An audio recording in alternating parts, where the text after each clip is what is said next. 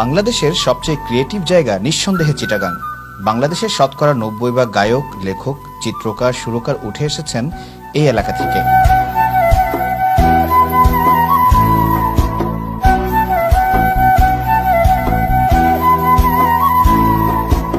আমি যতবারই চিটাগাং যাই মনটাই ফ্রেশ হয়ে যায়।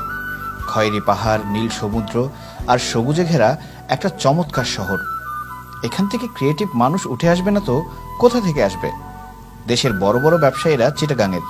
এদেশের বেশিরভাগ নিজস্ব খেলাগুলোর উদ্ভাবনও হয়েছে চিটাগাং থেকেই, যেমন জব্বারের বলি খেলা, নৌকাবাইজ ইত্যাদি ইত্যাদি। বিগ স্ক্রিনের শাবানা থেকে টিভি স্ক্রিনের আলী জাকের বা স্ক্রিনের বাইরের র্যাম্পের নোবেল, উফ, নাম বলে শেষ করা যাবে না। আন্তর্জাতিক গ্র্যান্ডমাস্টার নিয়াজ মোর্শেদ, জাতীয় ফুটবল দলের সাবেক অধিনায়ক আশিস ভদ্র, সে যুগের কুমার বিশ্বজিৎ থেকে শুরু করে পার্থ বড়ুয়া হয়ে আয়ুব বাচ্চু, জেমস, সবাই চিটাগংয়ের প্রোডাক্ট। আসলেই নাম বলা শুরু করলে আজ লেখাই শেষ হবে না। যে সকল বড় মনের মানুষেরা অমর হয়ে আছেন তাদের বেশিরভাগই চিটাগংয়ের মাটিতে অমর হয়েছেন। শুধু বায়েজিদ বোস্তামির কথাই ধরি না কেন, মা চেয়েছে পানি, সেই পানির গ্লাস ধরে সারা রাত দাঁড়িয়ে থাকার জন্য কলিজা লাগে। আরে ভালোবাসার কারণে বিমান ছিনতাইয়ের ঘটনাও ঘটিয়েছে চিটাগংয়েরই এক প্রেমিক বান্দা। প্রীতিলতা ওয়াদ্দেদার, আহমেদ সফা, সূর্য সেন, ডক্টর মোহাম্মদ ইউনুস, ওস্তাদ আলাউদ্দিন খাঁ, তামিম ইকবাল। আচ্ছা তামিম থাক, ও যেহেতু রেস্টে আছে রেস্টেই থাক।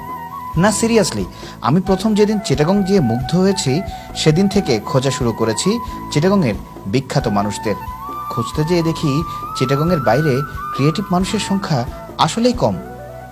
আমি চিটাগংয়ের গুণগান গাইছি কারণ চিটাগংয়ের মেয়র আমাকে টাকা দিবে সেই কারণে না, আসলেই মন থেকে ভালো লেগে গেছে এই শহরটাকে। আমরা যারা ঢাকায় থাকি, ঢাকার ছেলেমেয়েরা ক্লাস ফাঁকি দিয়ে যেতাম ময়লা পার্কে, আর তারা যায় পতেঙ্গার পানিতে বা পাহাড়ের চূড়ায় পা ঝুলিয়ে বসে থাকতে। ক্রিয়েটিভ হবে না কেমনে তারা? পর্তুগিজরা বুঝেই এই শহর সেই 1537 সালেই দখল করতে এসেছিল, আর আমরা বুঝলাম না। প্রতিটা অভিভাবকেরই উচিত তাদের সন্তানদের কিছুদিনের জন্য হলেও চিটাগংয়ের কোনো বোর্ডিং স্কুলে রেখে আসা। একটু থেকে আসুক ক্রিয়েটিভ এনভায়রনমেন্টে, খুলে আসুক মাথা। দে স্কুল ফাঁকি ইচ্ছে হলে হোমওয়ার্ক কর পাহাড়ি গান শুনতে শুনতে, হোমওয়ার্ক ফেলে ইচ্ছে হলেই মহেশকালের মিষ্টি পান চিবুতে চিবুতে পা চুবিয়ে বসে থাক পতেঙ্গায়, রাঙামাটির হ্রদ দেখে আয়, খাগড়াছড়ির তৈদুছড়া ঝর্ণা, রিসাং ঝর্ণায় ডুব দেয় ইচ্ছে মতো। ভুলিস না যেতে দেবতার পুকুর বা নিউজিল্যান্ড পাড়ায়। এই ঢাকা শহরে দালান কোঠার ভিড়ে তারা ব্রড কিছু চিন্তাই করতে পারছে না।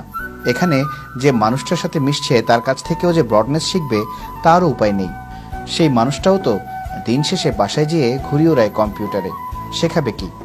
আসলেই বাংলাদেশের সবচেয়ে ক্রিয়েটিভ জায়গা চিটাগং।